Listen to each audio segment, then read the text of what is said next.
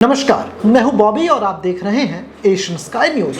देश भर में एक बार फिर से कोरोना वायरस के मामले जो हैं वो बढ़ने लगे हैं। स्वास्थ्य मंत्रालय के अनुसार भारत में अभी सक्रिय मामले यानी कि एक्टिव केसेस की संख्या 1200 से ज़्यादा हो गई हैं। केरल, महाराष्ट्र और दिल्ली में मामले तेजी से बढ़ते हुए दिख रहे हैं।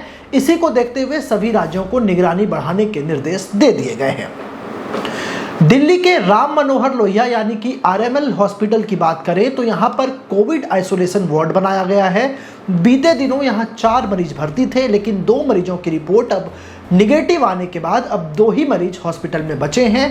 दोनों मरीजों की हालत फिलहाल स्थिर बताई जा रही है और उन्हें 4 दिन पहले तेज बुखार और सांस लेने में तकलीफ के बाद हॉस्पिटल में एडमिट कराया गया था।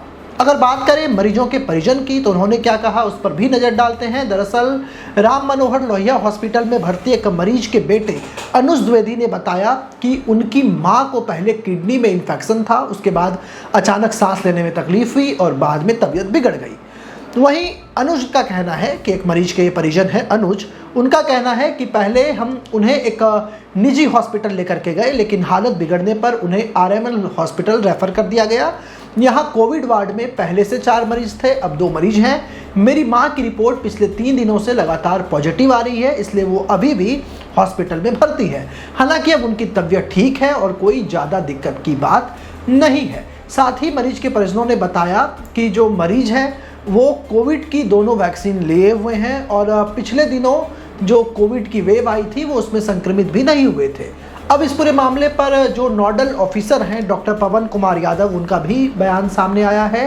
राम मनोहर लोहिया अस्पताल में कोविड वार्ड के नोडल ऑफिसर हैं डॉक्टर पवन कुमार, जिन्होंने बताया है कि फिलहाल जो 2 मरीज हॉस्पिटलाइज्ड हैं वो ठीक हैं, उन्हें घबराने की कोई ज़रूरत नहीं है। उन्होंने कहा कि दिल्ली में फिलहाल स्थिति गंभीर नहीं है, लेकिन सावधानी जरूरी है। लोगों को भीड़ भाड़ से बचना चाहिए और मास्क जरूर लगाना चाहिए। डॉक्टर पवन के अनुसार कोविड का नया वेरिएंट पहले के मुकाबले ज़्यादा खतरनाक नहीं है।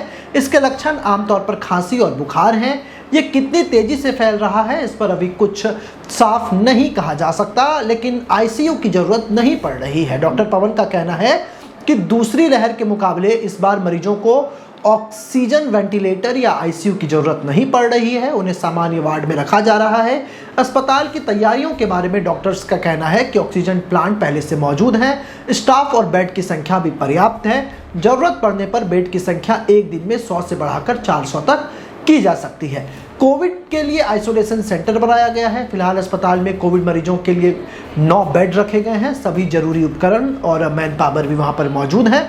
डॉक्टरों की ड्यूटी अब कोविड वार्ड के साथ साथ दूसरे वार्डों में भी लगाई जा रही है। हालांकि कोरोना के मामले फिर से बढ़ने लगे हैं, लेकिन स्थिति नियंत्रण में है। दिल्ली सरकार और अस्पताल प्रशासन पूरी तरीके से सतर्क है। लोगों से अपील की जा रही है कि वो सावधानी बरतें, मास्क पहने और भीड़ भाड़ वाले इलाकों से बचें।